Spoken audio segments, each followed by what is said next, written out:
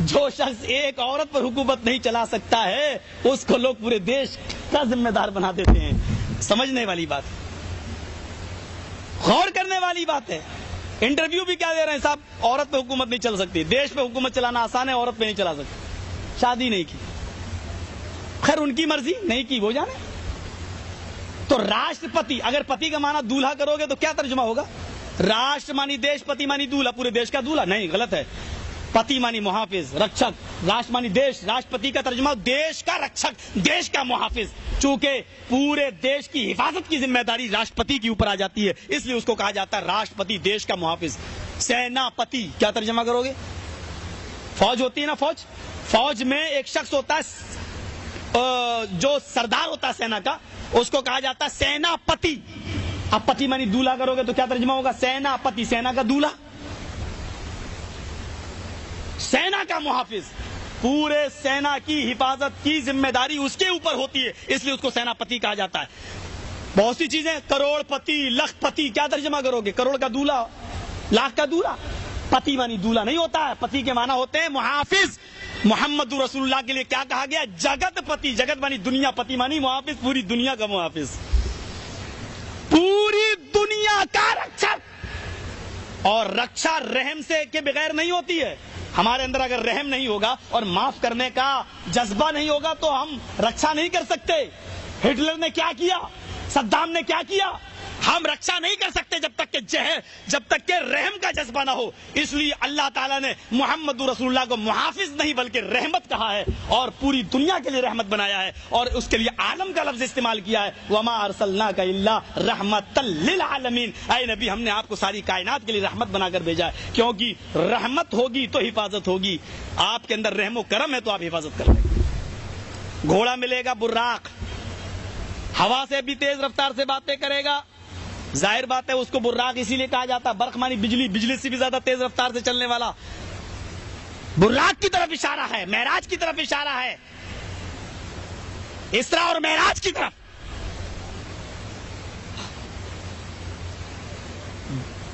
اس منتر کو ذرا غور سے سنیے، لمبا منتر ہے.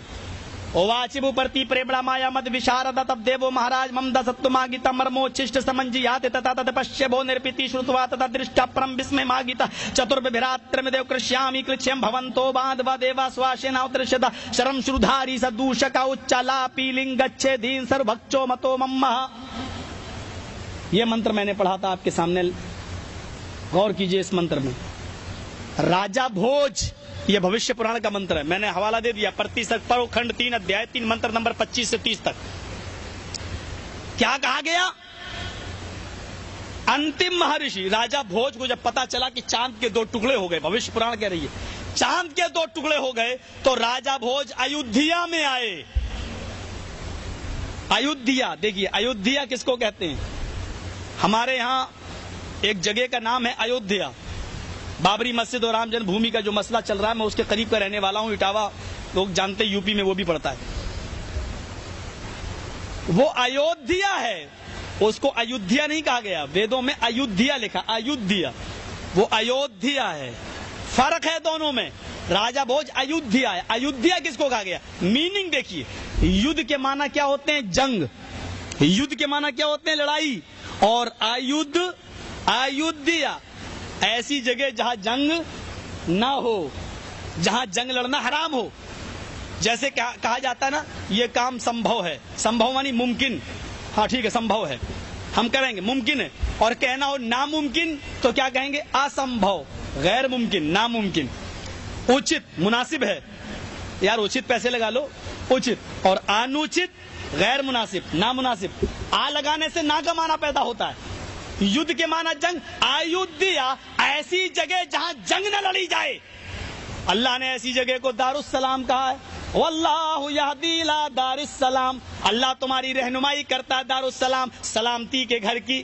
وہ مکہ ہے، مکہ جہاں جنگ لڑنا حرام ہے، جہاں قتال کرنا حرام ہے، جہاں روزانہ فائرنگ ہوتی ہو وہ امن نہیں ہے. جہاں روزانہ دنگے ہوتے ہوں وہ امن، وہ اس کو آپ ایودھیا نہیں کہہ سکتے ہیں، وہ یدھیا ہے، ایودھیا نہیں ہو سکتا. وہ جہاں روزانہ چوری ہو، ڈکیتی ہو، اس کو ایودھیا نہیں کہہ سکتے، یدھیا جنگ والی جگہ. اور یہاں کہا گیا ایودھیا، انتم رشی کہا ایودھیا، ایودھیا راجا بھوج ایودھیا یعنی مکہ آیا. آنے کے بعد اس نے محمد صاحب سے ملاقات کی اور اس نے کہا کیا یہ چاند کے 2 ٹکڑے آپ نے کیے ہیں؟ آپ نے کہا میں نے انگلی کے اشارے سے 2 ٹکڑے کیے ہیں.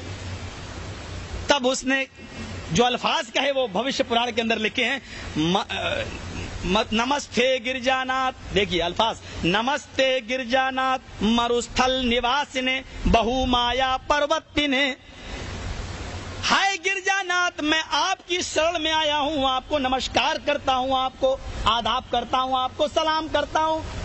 راجا بھوج کہہ رہا ہے میں آپ کو سلام کرتا ہوں، مجھے اپنی شرن میں آیا ہوا اپنا داس سمجھو، اپنا غلام سمجھ لو. بہو مایا پروتنے، بہت سی مایا میں پروت ہونے والے، یعنی بہت سی ایسی چیزیں جو عام لوگ نہ کر پائیں آپ کر رہے ہیں، آپ دکھا رہے ہیں، یعنی معجزے دکھلانے والے. یعنی چاند کے 2 ٹکڑے جو ہر آدمی کے بس کی بات نہیں ہے وہ آپ نے کیا. پتھر اٹھایا کنکری، ابو جہل نے پوچھا کہ بتاؤ میرے ہاتھ میں کیا ہے، اگر آپ بتا دو گے تو میں ایمان لے آؤں گا. آپ نے کہا چچا جان اس مٹھی کو اپنے کان میں لگاؤ، تمہارے مٹھی کی کنکریاں خود بتلا رہی ہیں کہ میں کون ہوں. اس نے ابو جہل نے، آپ کے چچا نے اس مٹھی کو اپنے کان میں لگایا، کنکریوں سے کلمہ نکل رہا تھا، اشہد ان لا الہ الا اللہ واشہد ان محمدن عبدہ ورسولہ. ایسی چیز کو سنسکرت میں کہتے ہیں بہو مایا پروتنے، بہت سی مایا میں پروت ہونے والے، بہت سی چیزوں کو دکھلانے والے جو اور لوگ نہ کر پائیں ان کو دکھلانے والے. میں آپ کی شرن میں آیا ہوا آپ کا غلام ہوں. آپ کی پہچان، آپ کے ماننے والوں کی پہچان یہ ہے. وہ لے کے آئے اور اپنے بھارت میں آنے کے بعد کہا محمد صاحب کے ماننے والے جب بھارت میں آئیں گے تو ان کے اندر یہ پہچان ہوگی، یہ پہچان جب تم اس کے اندر دیکھ لینا تو تم ایمان لے آنا، تم بھی اسی دھرم کو سویکار کر لینا. راجا بھوج نے وہ پہچان کیا بتائی، شرم شرودھاری سدوشکا. پہچان دیکھیے، میں نہیں کہتا ہوں، کسی پنڈت کے ترجمے میں دیکھ لو، میننگ میں دیکھ لو کیا لکھا ہے. ڈاکٹر وید پرکاش اپادھیائے نے اس کی میننگ یہی کی ہے جو میں آپ کو بتلا رہا ہوں. ایم سریواستو نے جو پی ایچ ڈی کیے ہندو وشو ودیالیہ بنارس سے، ان کی میننگ، ان کا ترجمہ میں آپ کے سامنے رکھ رہا ہوں. کیا ترجمہ ہے ان کا؟ کہتے ہیں شرم شرودھاری، انتم مہارشی کے کل کی اوتار کے ماننے والے لمبی داڑھی رکھیں گے. یہاں سے ہمارے حنفی بھائیوں کا وہ مسئلہ بھی نکل گیا ایک مشت والا. وہ لمبی داڑھی رکھنے والے ہوں گے لیکن ان کی پہچان یہ ہوگی شرم شرودھاری، داڑھی میں گانٹھ نہیں لگائیں گے.